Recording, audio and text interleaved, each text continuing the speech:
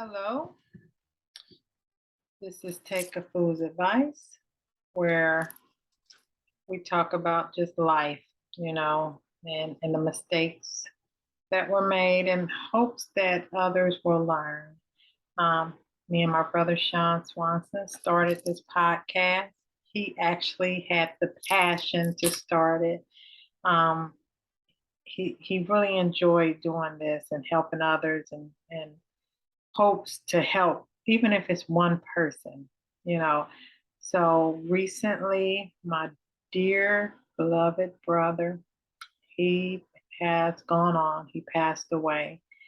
And I wasn't going to do this podcast anymore because it's just hard, you know, since he's no longer with us. So look, this is girlfriend calling me now. Look, his name picture still comes up, but I'll give her a call back in a minute. Um, you know, he called me every single day. We were so close, and we talked all the time, and we got this podcast together. Sean wanted to be a motivational speaker, and he wanted to speak in arenas and churches and schools, and tell about his life, you know, prison and how he overcame and how God helped him through all of it. And he just wanted to be a light to others, especially other young people. So I'm going to keep doing this, keep going, dedicated to my brother in memory, in honor of my brother Sean Derby Swanson. Some call him Smooth, some call him Swanee, but a real stand up guy. So we will keep it going. And he's the one that came up with the name Take a Fool's Advice because it's something our grandmother used to say to us when we would not listen or we thought we knew it all, uh, and she would say, all right, better take a fool's advice. So, in other words, I know I've been there. You better listen to me. So, Sean used to say, he asked me one time, what's worse than a fool? And I didn't know. And he said, a damned fool. So, that means already damned, already counted out or whatever.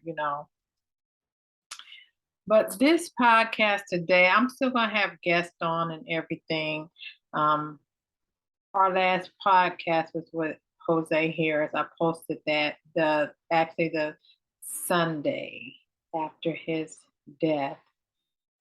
And so I haven't planned anything yet. I have one plan that's coming up. I'm not sure when. But for this one, we'll just sit back, kick it, and talk about some things. One will be grief, you know. One will be we can talk about grief of a sibling, you know. Your best friend. Somebody that's always been there. Sean was a year older than me. So, growing up, people thought we was twins, especially since he had been held back a grade. So I can't remember what grade, might have been third. And so ever since then, we were always in the same grade. People trying to figure out, we do favor, we look alike, so they must be twins. So everybody thought we was twins. Not to mention the fact we were always together. Growing up, we was always together, sister and brother, just hanging out and doing stuff. So lots of memories with Sean, and it's gonna be rough. It's tough. I'm okay right now. That's the thing about grieving. You just never know how it's gonna be or how you're gonna feel. I can be sitting here right now, and then a thought will come, and I'll bust out in tears. Like this morning was one of those mornings before I even could rise. You hear me? I was in there bawling before I knew it.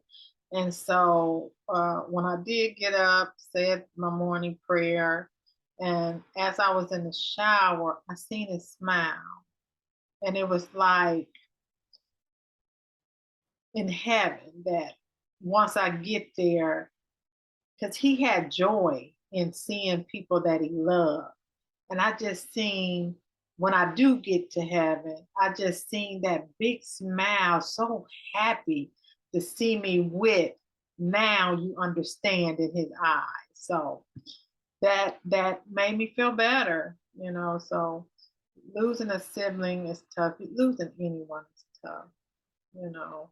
But grieving is a process. It's a process. So you got to be patient with it because it's painful. You know, my body was hurting. I was holding it up, you know, for my siblings, trying to hold up because I still got three other brothers and a sister. So, and even at the funeral, I didn't break down. It's those quiet times that you really break down. And in those times, grief is so hard that if you let it envelop you and overtake you, it can cause sickness. I believe it can cause cancer. It can cause heart attack. It can cause um, mental breakdown because it's really a piece of you have died. A piece of you have went on, and you got to read and study the word and seek God so you can hear what his word says about death and dying. Um, and the Bible says that we are to mourn when they're born and rejoice when they leave this world. And I believe that God do not want to see none of us in hell. That's why he went to the cross, he died, he shed his blood so that we wouldn't have to. And in my mind, you know, none of us know 100%, you know, it's just what you have faith in. And my faith says that, I mean, you would have to be some type of evil not to be with him, you know, because Sean believed in God, Sean trusted God, Sean talked about God all the time. So what I'm really saying, I'm not saying you ain't got to be saved, you ain't got, but he just says confess with your mouth, believe in your heart, and you shall be saved. And Sean did that. You know, it doesn't say that you're going to be perfect, you're not going to make mistakes, you know, because we all are. So I believe that sometimes we speak for God on who's going to heaven and hell when none of us know. None of us know the whole process of death. Death is a journey. Death is part of life. And we all got that day and we don't know when. Sean had his heart attack that Friday. Matter of fact, I called him like at 3 some. First I texted him. I didn't get a no. First I called him at 3 some. He didn't respond, which was odd. And to discuss our podcast for Saturday. So I called him Friday. But then I texted him after a while, and he still hadn't responded about our podcast. But I had spoke to him that Thursday, and we talked about our podcast, talked about some other things. So John wasn't planning on leaving. He wasn't planning on dying. And none of us do. That's my husband. So none of us do plan on dying. We're living each day like the next is promised. We're living each moment like the next moment is promised, and it's just not. So instead of doing that, we need to be living as if it's our last day, our last minute, our last second. What'd you say, Paxton? Because it is, he said. We have no idea. We don't know. So if you were to leave this, if you knew when you were leaving, how would your life be? What would you change? How would you speak to that waitress, or how would you speak to any customer service person if you knew that your minute was up? You're going to be super nice because you're going to try to make it in heaven. You're going to be super kind. You're going to call up the people that you love to say hi, bye, I love you, live your life,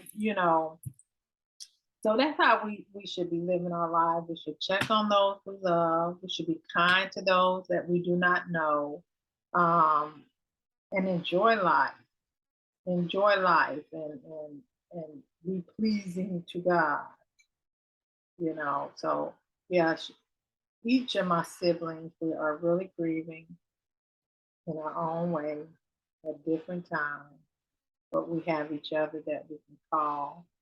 Um, most of us, well, all of us have spouses except one, so we're able to lean on them. We call each other, we check on each other, we text, and it means a lot. Something else that really means a lot is people being there. I used to say, I'm done going to funerals. You don't see people until a funeral, which is really sad. And usually at funerals, we start talking about a family reunion, which is really sad because we should do it anyway. But I had swore off funerals. I'm going to no more funerals. I'm just going to show my love now. But the fact of the matter, when I seen the people at Sean's funeral, I felt good because people loved my brother, you know.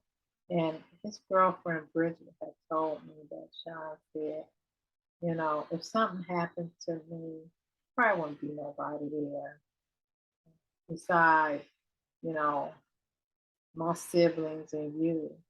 And so she said Sean would have really been pleased. And it just meant so much to know that other people loved Sean because people traveled. They got on the highway. They loved him. People spoke good of him. And it meant a lot to the family to see that. So I'm not going to say I'm not going to any more funerals, but I want to be there for the family. I want to hug them and tell them about my experience with their loved one, and what their loved one meant to me, because it does mean a lot. And then we can't grieve forever. Not, we're going to miss the person forever, but we have to continue on. We can't stay there. And they wouldn't want us to stay there. And I'm saying that now, but I get off of here, off of this Zoom, and I might be broke down to the ground. My body felt heavy. My body was in pain. Whole right side, from my head to my feet was in pain. That's grief. Grief is hard. It's heavy. It's painful. Heart is broke, and it's a lot of people grieving. So I'm just praying for those people. I would say join my morning prayer because God got me on Facebook praying in the morning. Um, and he started me doing that before Sean passed. And I can kind of see why now. I didn't know why at first, but prayer strengthens your inner man. And I needed some strength because I probably would have been even more broke down. So I get on there and pray. I would say join me, but sometimes I get up late for later. I usually pray between, I would say, anywhere 5:30, and lately, when I've been having a bad morning and hard to get out the bed, it's been 9, 10. And my mornings are the roughest because sometimes before I get up, I lay there and I think about that he's really gone. And it doesn't register all the way sometimes. I know it, but it doesn't register all the way sometimes. Even I had to repeat that because it's still, but I know he's gone. Man, death is real. Death is real. And don't act like or don't think it's not going to happen. It's going to happen to every one of us. And it's going to happen to loved ones we know. The older you get, the more death you see. We want to live long lives. The longer you live, the more people you lose. Just imagine if people's in their 90s and on. They're probably the only people left that they grew up with, that they went to school with, that they were friends with. So, I used to fear death, but because I know that there's more pain and there's more pain, there's more disappointment, there's more losses, or you don't know when. If you live long enough, I'm not scared of death. I do want to stay here longer, because of my loved ones. Because guess what? If you want to be out of this world, you're gonna cause pain for other people, the people that love you. So, I know me and Sean had just talked about. We always said we are so blessed because all of Ophelia kids is still living. That's our mother. Ophelia kids, and for that fact, our dad did have a daughter that passed, but she passed before any of us were born. But we were still here because he would talk about, like, he always mentioned people that, like, we did a podcast with our cousin Vince, and he mentioned Jay. We did a podcast with a childhood friend Jose, and he mentioned Boo and Robert, two of his brothers that he lost. So that was always on his mind. He was just so grateful that we all were still here in spite of everything we had been through. And so I was like, yeah. And he was like, because I don't want to be here if one of y'all go. He said, he wanted to go first because he didn't want to go through that pain. And I understand that 100%. And recently, our youngest brother, he said the same thing. He was just like, I can't do this. I can't lose one of y'all. I want to go before you. But then, at the same time, you got to think about the people that love you. I felt like that at the beginning. When we first lost Sean, it's been 2 weeks now. That's how fast that time went. It seemed like it was yesterday. It don't even seem like it was yesterday. See, getting ready to tear up. That's grief. You can be in the middle of doing something and break down. So just know that that's normal, and don't be too hard on yourself. And if you need to get counseling, get counseling. Don't turn to drugs and alcohol. Because to be honest, I thought several times about just going to get some alcohol, wine, hard liquor. I just thought about it because that pain was so deep that I wanted to get drunk. And we do that like it's gonna make the pain go away. The pain not gonna go away because then I thought about, yeah, I can do that. Probably pass out, and then when I get back, you know, that pain is still gonna be there.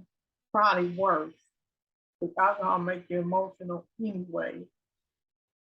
So I probably would have been worse. And not only that, not feeling good. So don't self-medicate in your grieving process. Go through it wholeheartedly, like the big dogs. Be a soldier. Go through it.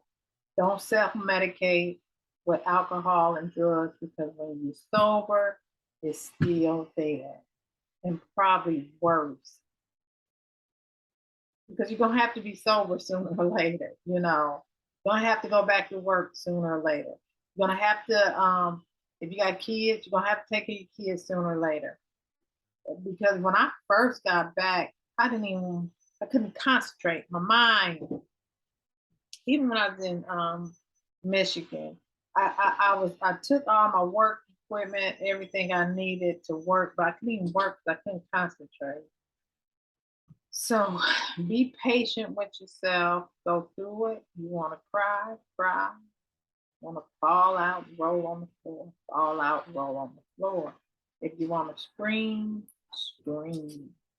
If you want to just sit in silence, whatever you need, because you need it. But don't self-medicate, because it just postpones and makes worse the grieving process. Go to counseling. Like I said, a lot of times people don't want to go to counseling, especially the African American community. It's taboo. People don't want to get medication. It's taboo. If you need it, get it. You know, I'm doing better right now, but if I need it, I'll go. I've been to counseling. I've got medication. You know, I'm not too proud. You know why? Because I'm not on drugs.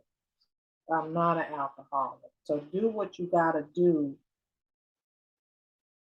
and don't self medicate, because it can lead you down a spiral that many don't return from.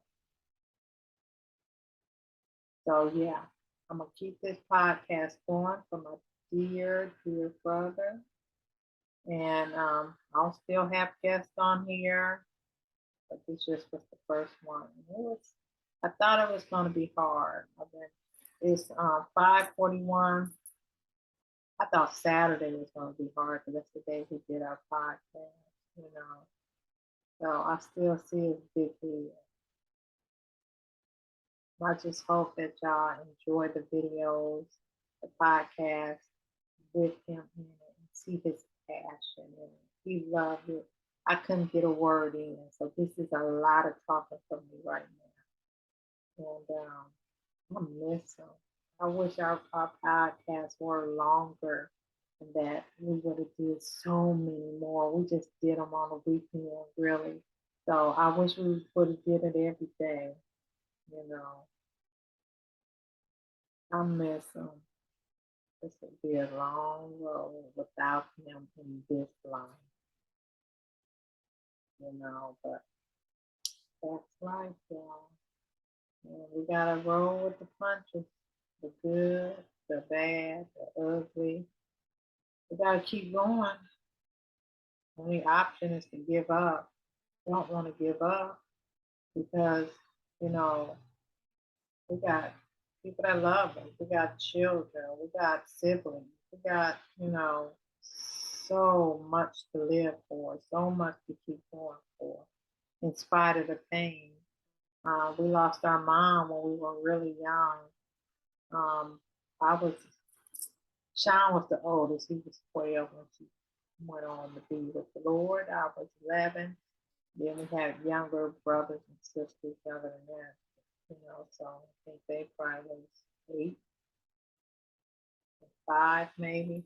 I can't remember, but yeah. And so I just said that my mama's son is um, going on to glory. And I'll just keep everybody in my prayers. If you can join me on my Facebook prayer in the morning time, join me. It's usually early if you're on there. Even if you have anything that you want me to pray at that time, um, just inbox me. Put it in my inbox and we'll pray about it. I don't have to say your name. or if I do, or if you want me to, but I don't have to say what it is. You don't have to tell me what it is. You can just say, lift me up in prayer, and we can lift you up in prayer, you know. So that will be the end of this podcast for today, and we will keep on going. I'll have people on here, and we'll sit back and kick it and talk about our life lessons. One thing I do want to say is I used to always encourage Sean. He wanted to do this podcast. Well, he wanted to speak in arenas and stuff, and um, the platform was not open for him. So I told Sean, open your own platform, start your own. Don't wait on nobody to give you nothing. Just do it. Either it's gonna work or it's not. But even if it don't work, you still won. You did it, and you learned from your mistakes. Keep going. You might have to tweak it here and there, but keep going. Whatever it is for you to do. So we started this, and in hopes of that it would grow and that he would, pretty soon people will be asking him to be on their platform. But since that didn't happen, remember I said our plans are not God's plans. Don't even always work out like we want, but I'm going to keep going. I'm going to roll with it. They say you find your purpose in your pain. So we'll keep going. And we haven't got Sean death certificate back yet, but we'll talk about that. We'll discuss that maybe. We'll see. Cause of death, doctor said heart attack. Also, got a lot of notes from him, and I think it was from when he was from the time he was in prison. I don't know how, but I believe the notes, handwritten notes that I'm gonna go through and read when I'm able. I don't know when that's gonna be, if I get a chance to do it, but I don't know. Might write a book with it. Who knows? Might share with you guys some of his wisdom, but we'll see. Lots of plans in the future. Remember, it's all God's will, though. Mine is just my plans. Hope I'm here to make them plans happen. God's willing. And so, what would my food's advice be today? Sean was big. He always made sure he got in. Give me a food advice, brother. So, my food's advice is each second is a gift here on earth. Each hug, each smile is a gift here on earth. Your loved one is a gift here on earth. The good times are a gift on earth. Cherish those gifts, because there are other times on earth that will hurt. So cherish those good times. Cherish those things that make you smile. Cherish loved ones and friends and kindness, flowers and the beautiful sky, and just the beautifulness that God has given us naturally.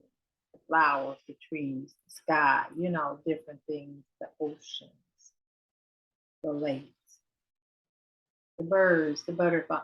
Just cherish everything you can. Take it in.